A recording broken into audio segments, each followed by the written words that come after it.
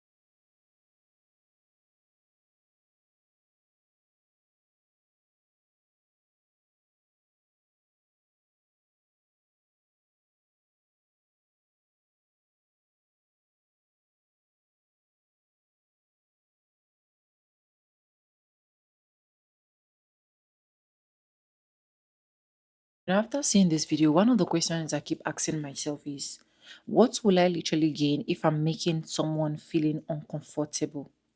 What will I literally gain if someone that is supposed to be working and earning something, if I collect that food from that person's mouth? Because honestly, over and over again, black women, as of early this year, over 3,000 black women resigned from their job. Some were sacked just because of this same thing called racism. First, credits to the original creators of every single clips and stitches I'm going to be using in my today's episode. And that is why I actually have to put her name so that you can literally follow her as well, follow her journey as well, because I believe we still have court cases and the rest of that so that we can know how it's ending. To now crown it up, seeing some white folks trying to make it look like she's making a scene or creating a scene out of nowhere is honestly disgusting. Leave people to work, leave people to earn their money in peace. People are not bothering you. Why do you need to bother them? What do you gain when you are racist to someone? Let's continue this video. I'll be back with commentaries. Let's go watch, guys. So literally the next week, I came into the office, I go in the bathroom, I come out, my supervisor, my coworkers, no one in a marketing team is in the office. So I'm like, I know for sure the day before, my supervisor was telling me like, oh, we're gonna go to New York to set up for this TV show that we're doing or whatever. So I'm like, I know they did not leave me in the office by myself while they're in New York. Like, they went to the New York office. So I contacted my supervisor right away, and he's like, oh yeah, we did leave you.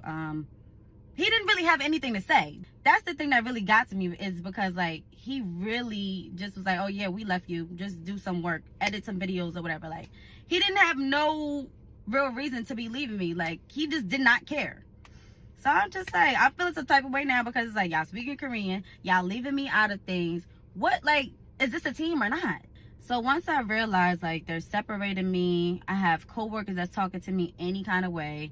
The supervisor is just letting the coworkers talk to me any kind of way. I guess she thought that she was a supervisor, but we were literally on the same position. The first day, that was the only time she was nice to me.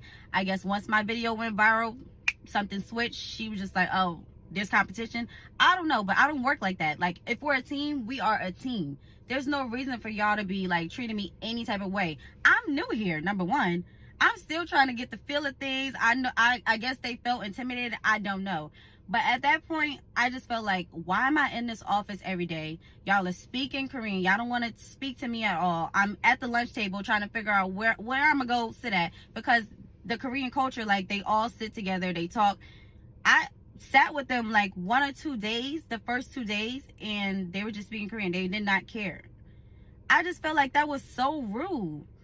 So at this point, I'm feeling very uncomfortable about working there, but I'm still just like, I'm very new. Hopefully it'll change. I don't know. Like, I don't know what's going on. So I went to HR and I complained. Y'all know when people say like HR is not on your side, like HR is not your team, they're just here to protect the company. That's 100% true. In this case, I went to the HR lady and I was telling her like, I feel very uncomfortable. There are incidents that's going on, and I just feel like something has to be done, because this is not the way I know that, a corporate is supposed to be ran. And I'm not supposed to be getting treated like this. I'm a new employee. I'm doing what I'm supposed to do, and I still feel like I'm being left out. Why is that? So she's just like, oh, I understand. Like, I'll speak to the marketing team. I'll speak to your supervisor. I try to get them back on track and try to get them, to work with you. When I tell you guys, I worked since August. I was complaining all the way up until January about these things. I even had to take a mental health leave because of this. It was messing with me every single day. The way they treated me, it was like they were micromanaging me a lot. So the Korean culture, like work culture, is very different. I get that. But the way I'm saying they're micromanaging me, every employee at Eban New York, they have to write down their daily tasks in Asana, right? The daily tasks, you have to put each hour what you're doing. You know what I'm saying? So mine, I had to make sure I put, like, I edited 10 videos today. I posted this. I emailed this person. I reached out to influencers. I did this. Like, my Asana had a whole book of things. And I would get emails when my coworkers would post on their Asana, like upload their stuff. And you can just literally see, they would have like 3 bullet points, quick things like scheduler emails, this, that, like very broad.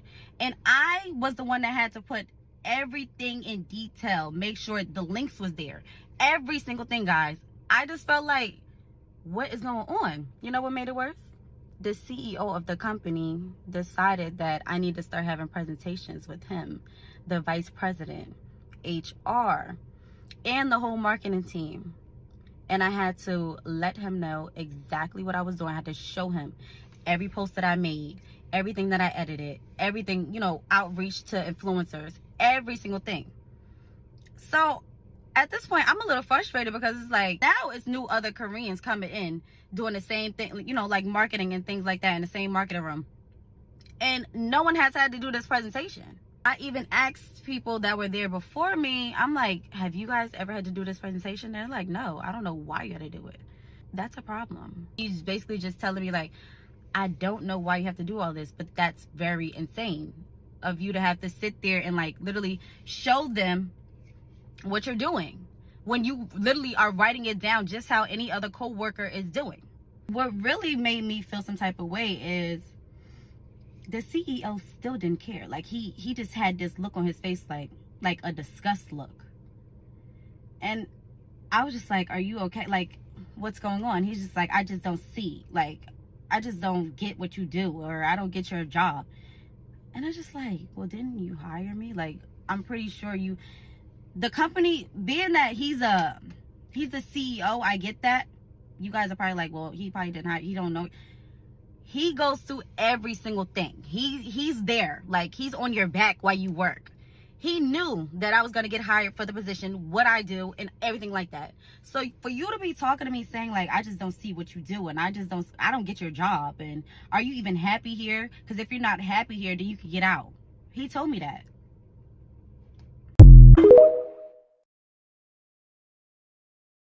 At this point, I just felt like, I sat there and asked him, I said, are you talking about the HR complaints that I've made about me feeling uncomfortable in a marketing room?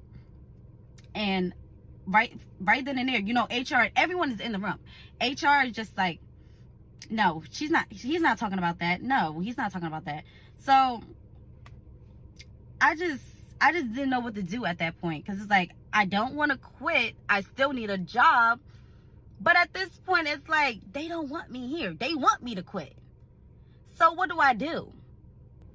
To make things like a little bit more clear for you guys, Eban New York had just took ownership of a black-owned company. They were the first ones to do Jamaican black castor oil, and you know, they have hair products, all that good stuff.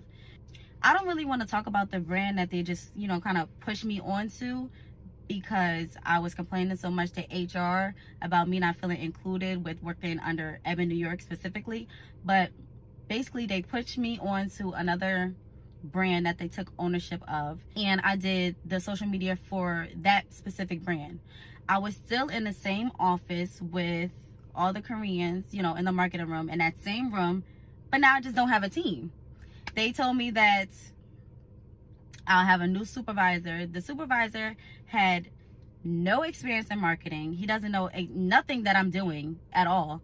He thinks that I'm just sitting there on my phone all day, because he doesn't realize that I use my phone to edit videos, and I use my iPad to edit all these videos and do all the graphics and things. And he's just sitting there trying to go back into CEO and the vice president and tell them, oh, she doesn't do anything, or like, she just does the bare minimum. Like, it just seemed like they looked for any little thing just to try to get me out of there. He told someone that he was trying to get me fired, if that makes sense, and it got back to me. This same new supervisor, guys, guess what he did? He told me to read over a resume. He literally handed me a paper, and he told me to read the name to see if it was a black name. a black name. What is... So I'm looking at it, I'm like, a black name? What do you mean by that? A black name? And what are you gonna do with it? And I was like, no, the last name actually was like, you can tell it was like a Hispanic name. But I was just like, what's your point, you know? And he never said anything. He was like, no, that's a black name. And then he snatched the resume back, and then that was just that. He was very rude, guys, and it was just like, it was unbelievable, the stuff that I was going through. I'm gonna give you guys another example. I had to travel to Atlanta for a photo shoot for a new line that we were doing. And this new supervisor, he had to book my hotel and stuff. So I had to travel by myself. Usually, like, I travel with coworkers and stuff. I was the only one that was traveling. I had to meet people that were already in Atlanta and do everything else. So I'm just fine with that. It is what it is. So I get to Atlanta. I have the Uber take me to the address of the hotel. Guys, when I tell y'all, this looked like a motel. It was bugs in the room. It was stuff all in the bed. It wasn't a hotel, I'll give you that. Like, it wasn't like just one tall building, nothing like that. It was like literally little rooms each everywhere. So at this point, I was traveling all day. It was like 6-7 p.m. I'm trying to walk. It was like later than that, actually, because it was like getting dark. So they had me all the way in the back. So I'm already feeling uneasy. I'm by myself out in Atlanta, and this is where y'all put me in. Y'all have all this money and y'all want to put me in a hotel like this? Y'all playing in my face. I was cool with 2 other workers that's in a different department. So I'm contacting them. I'm like, when y'all have to travel with, you know, Eban, do you guys get treated like this? Or are you guys in a nicer hotel? Everyone's just shocked, completely shocked. They're like, I've never been in a hotel like that. I don't know where they have you, but you need to leave. And at that point, I'm just like, I definitely need to leave. I don't feel safe here. The part that they had me in was all the way in the back. It was just a mess. I'm going to insert some pictures in here so y'all can see it as I'm talking. But so once I realized I don't feel comfortable staying at this hotel, motel, whatever it was, I called him. And he's like, oh, I don't know what to tell you. I already booked it and there's nothing we could do. Bye. And hung up. I kid you not. That's all he did. While I'm sitting there on the verge of crying, saying, you know, I feel unsafe. The room is dirty and, you know, it's not really a hotel that I feel comfortable in, anything like that. He just said, I don't know what to tell you. You're going to have to deal with it. Bye. Do you know how crazy I felt? For my supervisor to do that, to book something like that, and then just say, I don't know what to tell you, and hang up in my face. At that point, it was just clear as day that they did not care about me at all. They just wanted me to get some work done, and that was it. If I didn't want to quit, they were going to just show me that you need to just quit, because that's it. I have like a whole list of stuff in my iPad that I wrote down each and every day. That's how bad it was, guys. Like, it was always something going on inside this office with me. It was like they were just attacking and attacking. And I had to just go to the bathroom every day and just cry and call my mother or call someone and just tell them what's going on. They couldn't believe I was going through all of that. And just to back it on up really quick, guys, there are 2 people that were working for the brand that they switched me to, if that makes sense. Like, they were on a contract because they still had to show the Koreans how to work, you know, how to work their company, if that makes sense. So I was in close contact with those 2 women, and one of the head of departments of marketing, he actually asked me, was I having a meeting with my grandmothers today? And by grandmothers, he meant those 2 black women, my grandmothers. Why would that be my grandmothers? And why is that appropriate to say in a workplace, anywhere? You don't know if my grandmother's dead, anything. I just couldn't believe that they would be talking to me like this. It was just insane. As if that wasn't enough, they tried to give me more problems while I was in Atlanta, but I just shook it off. So that next week, when we got back from the trip on Monday, I was working with the beauty advisors. I worked very close. That was the only safe space I had there, were the beauty advisors. Those were the black women that were in the hallways, you know, just testing out the products every day. That was my safe space. So as much as I could, like, I would just go and sit with them and try to do as much content as I could, because I felt uncomfortable in that marketing room because no one was talking in English. No one was speaking to me. I just felt, you know, left out. So why not try to be around, you know, people that will actually speak to me or even speak English? So I'm sitting with them, and my supervisor, he comes over to the table. He's like, Samaya, you spent $14 on food. I need the receipt now.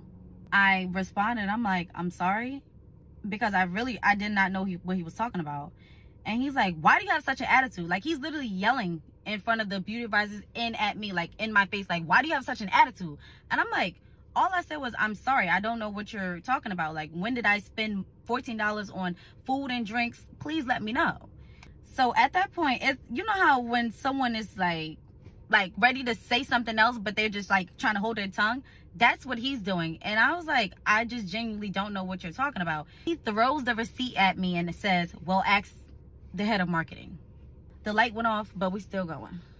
So I go to the person that he told me to go to, which was originally my first supervisor when I first came to Eban, New York. And I'm asking him, I'm like, all the expenses, receipts, and everything you have, like, I gave everything to you. I'm not sure why this person is coming at me like this, but please just help me figure this out right now. It's like, oh, well, I don't have the receipt for that date, this, that, and the third. So I'm just like, well, let's go through it together. We go through it, and he finds that same receipt for $14. So I go back to the first supervisor that came to me and was coming crazy at me, and I'm like, here, he had the receipt, and he didn't look not one bit at me. He didn't look at me. He didn't apologize for how he was speaking to me or anything. Not even the other supervisor that said that he didn't have the receipt. No one apologized, and I was just like, okay. I took it to the chin. You would think that's it for the day, right? No, it's not. An hour or two later, this supervisor decides to have a meeting with me. The same one I was just talking about, the receipt and all of that. Go in the hallway and have a meeting with me. I just want to let you guys know, like, the way that the office is set up is very little. Everything is glass doors. So you can hear, you can see everything that's going on, even in the hallway. We're sitting in the hallway. He has this whole paper that he done wrote out with dates and everything. It says, like, correct me if I'm wrong. On these dates, you didn't post anything. On these dates, you posted. Da, da, da. And I'm like, are you serious right now? Are you serious right now? He said, correct me if I'm wrong. You're supposed to post on Instagram, Facebook, and TikTok every day. And I was like, you're wrong. He said, how am I wrong? No, I'm not. Like, he's very defensive. I'm like, I'm supposed to only be posting on TikTok 4 times a week right now. He disregarded everything I said. Like, he did not care anything that came in my mouth. He tried to call 2 of the ladies that's giving the company over or whatever, and they're both saying the same thing that I'm saying. Like, they're agreeing to everything that I'm saying. So now he's very angry, and it gets to the point where he hangs up on the people that he was trying to, I guess, get to agree with him with, and starts going off on me like, well, how much content do you make? This, that. And I'm showing him, like, I just don't understand, though. Once again, we have this whole Asana sheet. I've been having presentations. I've been showing them exactly what I've been doing every single day, on the hour, on the dot, whatever they needed. So why are they still giving me a hard time? I don't know. But let's listen to the rest of what he said to me. He basically said, I don't think you're doing anything, and the person that was before you is better than you. So now I'm just like, excuse me? He's yelling this, by the way. He's not speaking calm about anything. He was very rude about it. He's like, I don't think you're doing anything. And at this point, we're going back and forth because I feel very disrespected. I'm literally showing him all my work, telling him what I do all the time, and this is what you say to me? That's very rude. So someone had ended up running out in the hallway and stopping him from yelling in my face. And I just walked away and started crying. Then they moved me to another supervisor. Now this supervisor is completely new. It's a woman, a Korean woman. She was new. She was telling me herself she didn't know nothing about marketing like that. She was telling me she didn't know nothing about the brands. That's fine. You could come in and do your research or whatever. But the way she was talking, she talked to me any kind of way to the point where I'll have my headphones in or like sitting there doing graphics and stuff like that. She would say, yo, this is how she spoke to me. Yo, like I was just a random black girl out on the streets. Why are you talking to me like that? You don't speak to no one else in the office like that, but you go like this in my face saying, yo, trying to get my attention. This is a corporate job? Like, I'm just confused. So at that moment, I got up and I noticed the CEO was in the lunchroom. I go to the lunchroom. I said, as you know, I have been having problems with the marketing team like crazy. Right now, I'm just letting you know what just happened. This new supervisor, she's talking to me crazy. She's snapping her fingers in my face. She's saying, yo, just trying to get my attention. I don't know why, but I don't like it. No one else is being treated like this. I told him exactly what I'm saying to you guys right now. I told him that. He's just looking at me like, I hear you. One ear out the other, honestly. Literally the next day, I got written up. Well, warning for insubordination or something like that, because I went to the CEO instead of going to another person and telling them the situation that happened. Please let me know how crazy that is. I'm getting penalized for letting the higher ups know what's going on because no one else is being able to fix the problems, the communication skills, everything that's going on right now. How does that work? It got worse from there. I had to take a mental health leave in December. At that point, I didn't even want to go back. I was crying to my mother saying, like, I just feel uncomfortable. They don't like me there. They treat me horrible. Everything. So why would I go back? And I regretted it. So the same day. No one welcomed me back. No one said hello to me when I walked in. And I said good morning to everyone. I say good morning. No one says anything. They just look at me, roll their eyes, or go on their phones. It was just a complete living nightmare. Mind you, I didn't do anything but do my job there, guys. I have a Korean coworker that even texted me and said, I don't know why they're so racist to you. I don't know why they're so racist to you. If they don't like you, they might as well just fire you. I don't know why they still have you here suffering. What really put the icing on the cake, you guys, is when the CEO, he called, well, we have these meetings for design and the whole company goes to these meetings. It was time for the marketing team to go inside. Everyone else is there.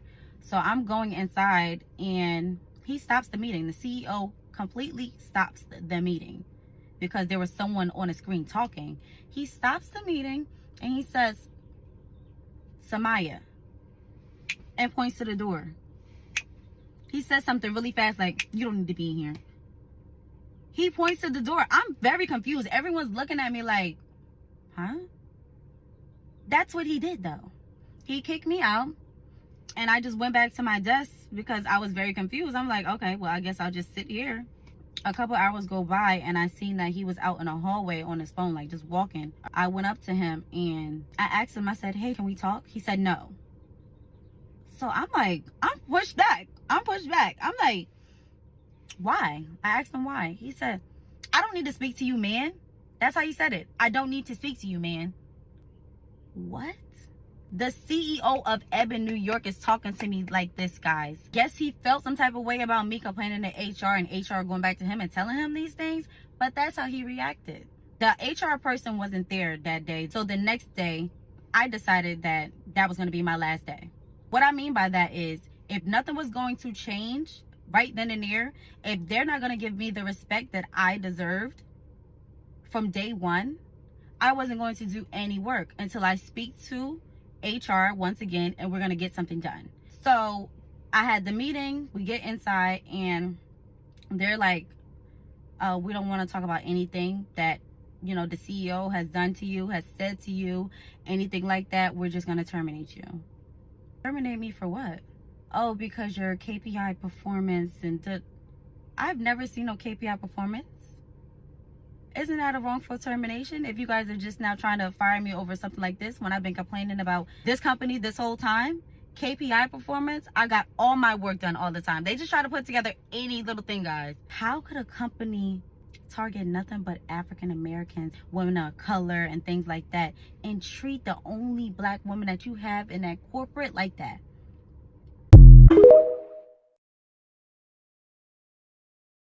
Hey you guys, I just wanted to come up here and thank all of you so much for your support.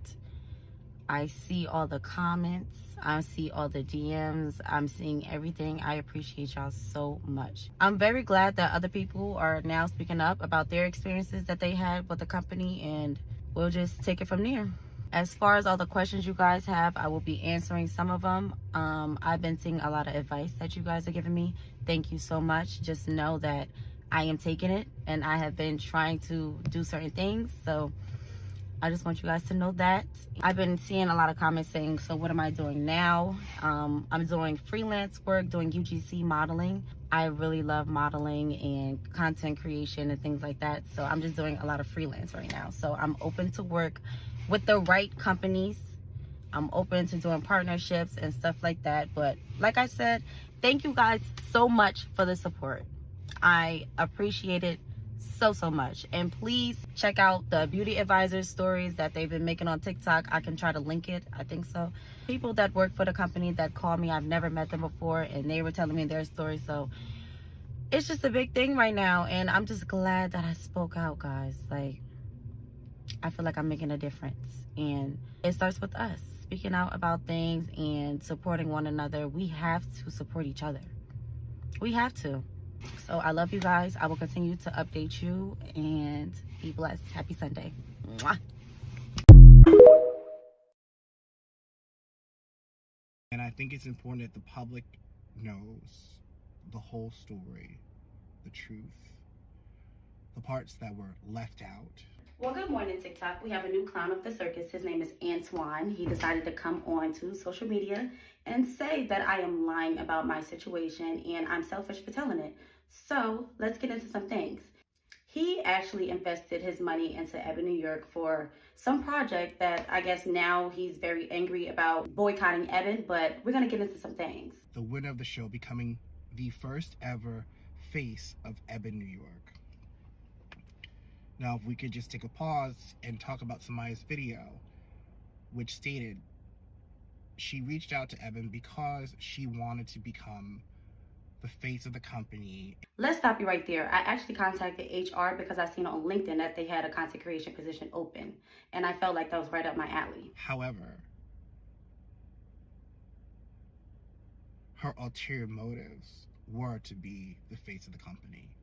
And I know for certain that she inserted herself in many things to ensure that for herself. What ulterior motive did I have to be the face of the brand if I'm already doing a full-time marketing job, doing content creation, modeling for them, and everything else? Please let me know. They had a problem with me for complaining about how they treated me since day one. And what's even more crazier is, since you want to promote this show or whatever that you have going on, I was mistreated during the fashion show. Let's talk about that. How the whole marketing team was taking pictures in front of everyone and didn't include me in anything. And someone actually had to stop them from taking pictures and told me to get in the picture with them.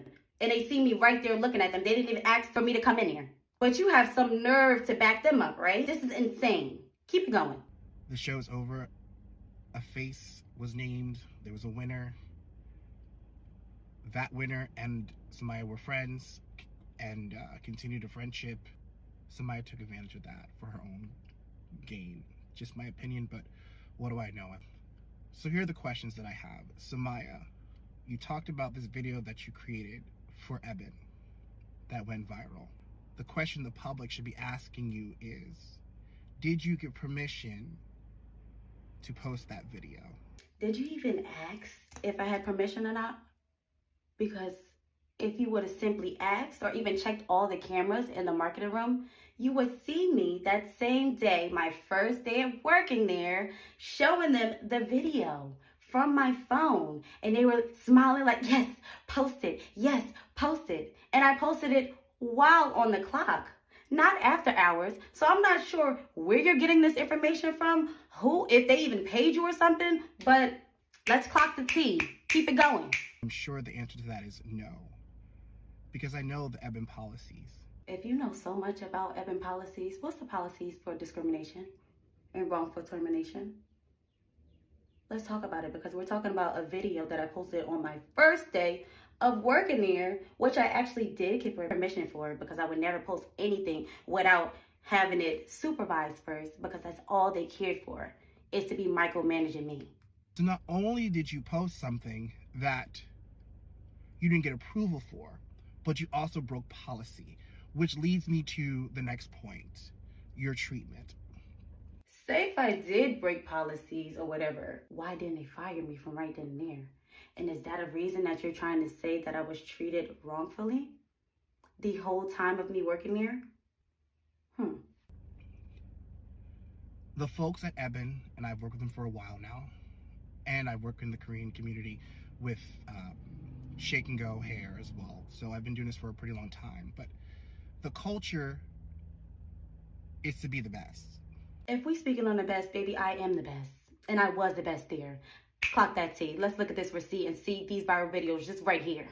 Clock the T. Stop playing with me. You can never sit here and say I wasn't skilled for this job. I came in there the first day and did what I had to do. Stop trying to discredit me and stop trying to make it seem like I'm lying about this situation, because I'm not. There are so many people that's backing me up because they have been through the same things and they have witnessed me going through some things in that office. And you have single-handedly undone the work that went into making that happen. Not to mention with the girl who's currently the face of the company, going to the public schools in different cities, talking to the black and brown kids. The girl who is currently the face of the company is my friend who actually called me the same day that I posted the first TikTok story time and actually said that she backs me up. She 100% supports me throughout this whole situation and she knew what I was going through. So did you even speak to her before you even made this video? Because she didn't want to be in this at all. And you know what, sis? Eban New York can do all of them things that you have listed for the community and things like that, but they will not continue to treat their black employees like trash. And I'm standing on business behind it. You just really made this hard for all of us. No, I actually only just made it hard for you, and that's why you're speaking out about it, because you wanted this partnership with Eban to go well, and I can see the issue, but you're not going to discredit me and take away what I went through and say that I'm lying about anything when I have people backing me up, even coming out with their own stories. Stop it. I don't know, sis. I don't know, bro. You clearly might want to stay out of this because you don't know any of the facts. And I see in your comments how you're stating that, oh, ask her why she has so many supervisors. Ask them why they kept moving me around to other rooms and supervisors, because they got tired of me complaining about the wrongful treatment, about speaking Korean, about talking to me any kind of way. Like, come on. You're supposed to be one of my kind. And don't call me sis, by the way, because you're not. That I know all the facts. And I know everything you did. I know all the lateral moves made to keep you on board. I'm ready for whatever, baby. We could take it there.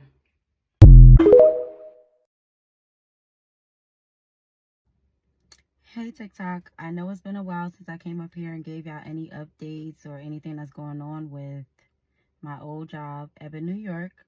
But I'm coming up here because I finally have an update. I can finally talk to you guys about some things. And the first thing that I wanted to talk about is, yes, I am filing a lawsuit against Eban New York. Here is the documents. I will put it like right here. And this is the document of my lawyers basically filing a lawsuit, filing a complaint against Eban New York. There's a lot of incidents that have happened while I was still working at Eban New York that I did not make a TikTok about. I did not say it in the TikTok. That will be in this document. It is now public, so any questions that you guys have, anything that you want me to talk about on TikTok, I am now able to speak about it. I am filing a lawsuit against Eban New York. So please, y'all, continue to boycott Eban New York and continue to spread the word to as many people as you can. I know sometimes with different companies, you know, these backlashes happen or something happens with their company and then we're like, oh, we're boycotting, and then a couple months later we're supporting. This is not one of those cases.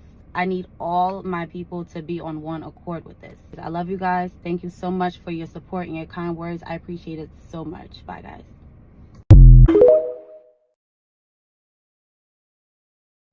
It has now been 3 months, probably exactly 91 days, since I made my TikToks talking about my experience working at Eban New York.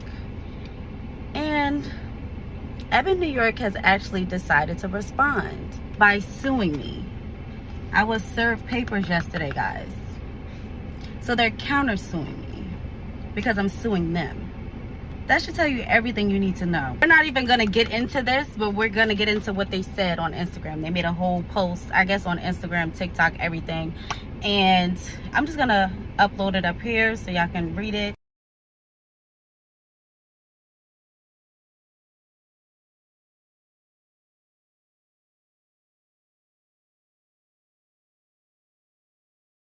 My thing is, you guys took 3 long months to respond, no apology. You guys are basically saying that I'm lying about my experience. What makes you think I will make a 4-part TikTok story with no evidence with what I'm saying? Did you guys even think about the fact that as soon as I made my TikTok stories, so many people were backing me up, and so many people that I've never even met had the same type of stories dealing with you guys? And it's the simple fact that you guys are saying my underperformance. Is that the reason why I was mistreated and disrespected the entire time I worked there? Please let me know. If I was underperforming, why do I have so many screenshots of all the things that I've done for you guys and it's viral? Why? And then you guys are saying 50% black on your team now. Our executive team is 50% black, demonstrating our strides towards equity, inclusion, and belonging. Did it take you 3 months to get the 50% black people? I don't have any words. I mean, I have all the evidence in the world to back up everything that I was saying. There's so many other people that are speaking out against you guys, and you're coming at me because all I did was state my experience. That's all. Here's one thing that I want you guys to do, Eban New York. Take a picture of your 50% black team. Actually, the whole team. Take a picture with your team. Make some videos. How about that? Just show everyone how your office looks. That's all you gotta do, right? I am truly disappointed in you guys, but honestly, I expected it. So I will see you guys in court. This is a small thing to a giant. It's been 8 months since I made my videos about Eban New York, and I finally have an update for you guys. As you all know, Eban New York countersued me in July. As of last week, my lawyers got the state court complaint dismissed without prejudice. My case is still being litigated in federal court, and we're still moving forward. Right now, I'm going to the federal court building because we had a scheduled settlement conference, and I'll keep you guys updated. Please remember that all of this is public record for all of you guys to see, and thank you guys so much for the support.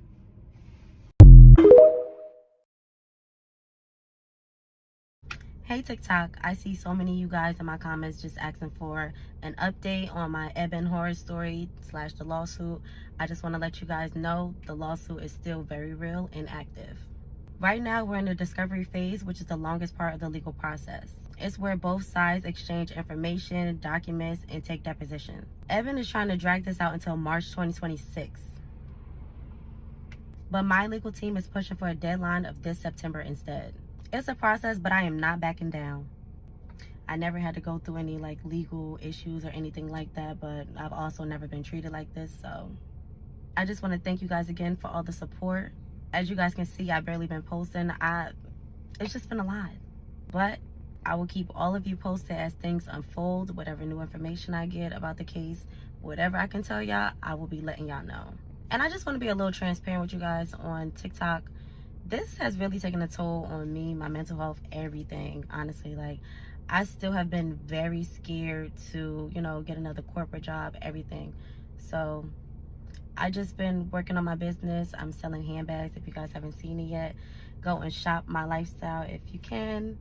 Go and support me. But if you guys have any suggestions, any companies hiring that you think will be a perfect fit for your girl, please just let me know.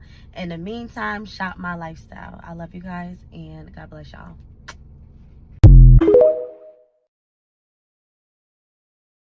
Hey y'all, my name is Samaya, and I wanted to reintroduce myself to all of my new followers. Some of you may know me from telling my experience working for a popular hair company, which is currently an ongoing lawsuit at the moment, but there's way more to me than just that. Since then, I have collaborated with a lot of brands such as Baskin Lather, Bold Hold, Shea Moisture, and so many more. I'm also a model slash hair influencer as well. One thing about me, I keep my hair done. I'm even on a storefront of Temple Bells, which is the best hair company located in New Jersey. I'm also a UGC model where I make creative videos every day for different brands. As you can see, I love making creative videos for myself as well. I love dressing up. I'm a foodie. I work out. I love traveling the world and meeting new people. But most importantly, I am a Hampton University graduate and an entrepreneur. I made over $50,000 in a day before. I've had highs and I've had a lot of lows in entrepreneurship. I've had celebrities in my brand, but most importantly, my friends, family, and my online supporters in my brand called My Lifestyle. And to be completely honest with you guys, I took a break from my lifestyle. No one talks about how low you can feel when you start reaching high goals and then realize it won't be like that every day. I went days and months, shoot, even a year with no sales. But that stops now. I do have my Jolay bags on a really big sale right now online, but I really just wanted to take the time out to reintroduce myself and thank you guys so much for your support. Here's to 112,000 followers, my new supporters, and us navigating through my lifestyle together. Cheers! Anyways, welcome back, guys, and thank you so much for joining. And I hope you guys enjoyed every single clip I was able to roll out for you guys.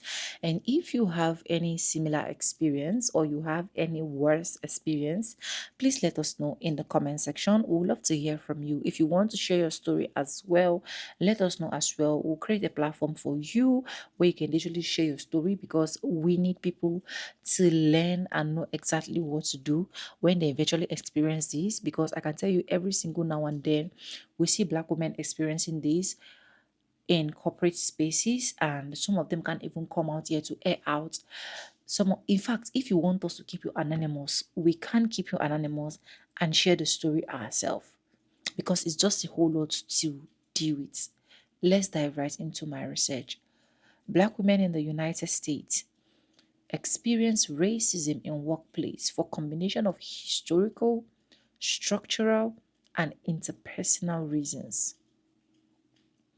However, not every Black woman have the same experience, and workplaces varies widely. That we know. But research has consistently found that Black women, on average, face unique challenges because of the intersection of race and gender. Let's talk about the hiring discrimination, where study have shown that jobs applicants with names perceived as Black may receive fewer interview callback than equal qualification applicants with a name perceived as white. Is it supposed to be so? Are we supposed to get discriminated? Then after all this discrimination, we still not try and manage to get this job. People will still not let us breathe. Stereotype. Black women may encounter stereotypes such as being labeled angry, aggressive, or less professional, which can influence how colleagues interpret their behavior. 3. Unequal opportunities. They may have fewer opportunities for mentorship, high visibility assignments, promotion, or leadership position compared with similarly qualified peers. 4. Pay disparities, where on average Black women earn less than white men and white women for comparable works, although the size of the gap varies by occupation, education, and experience. Well, we have 5, microaggression, where they are subtle or everyday comments and behavior that can communicate bias, such as repeatedly confusing one Black employee for another or questioning their competence. Hair discrimination, where some Black women have reportedly been criticized or pressured to change their natural hairstyle or protective styles in response Several US states have passed laws such as the Crown Act to prohibit discrimination based on hair texture and protective hairstyles. Higher standard of proof, where some researchers suggest black women often feel they must work harder or provide more evidence to competence to receive the same recognition as others. Isolation in workplace where there are fewer black employees or few black women in leadership, individuals may feel excluded from normal network that influence career advancement. Bias in performance evaluation, where evaluation can sometimes reflect unconscious bias affecting rise, promotion, and career development. Where we have the intersectionality, where legal scholars introduce the concept of intersectionality to describe how race and gender can combine to create experience that differs from those faced by black men and white women.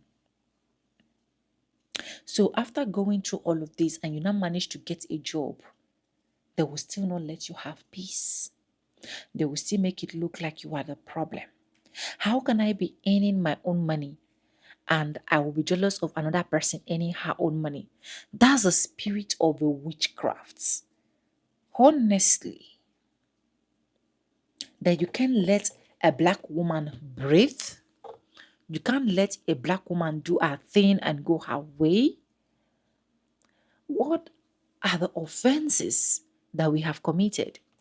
To now crown it all that these particular people or company or whatever they are have the audacity to say, oh, they want to come sue her, threatening this black woman so that she don't speak out. Thank God she is someone that literally speaks out. And I love her for that.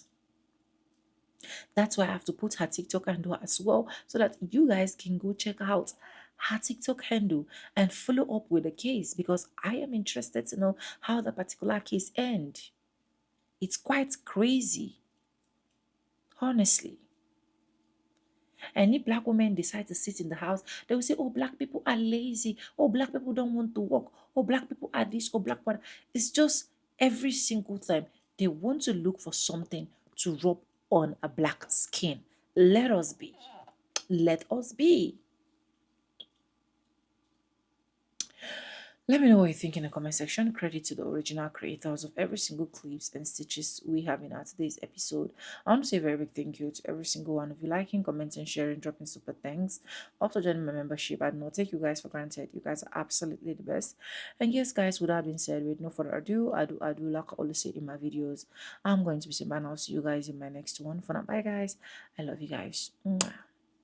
Share your experience with us.